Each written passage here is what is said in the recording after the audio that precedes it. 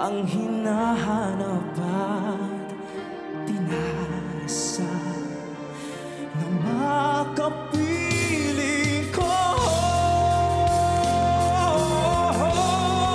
Ngayon'y naririto, isang katulad mo na sa'kin ay nagmamahal ng buong tapat.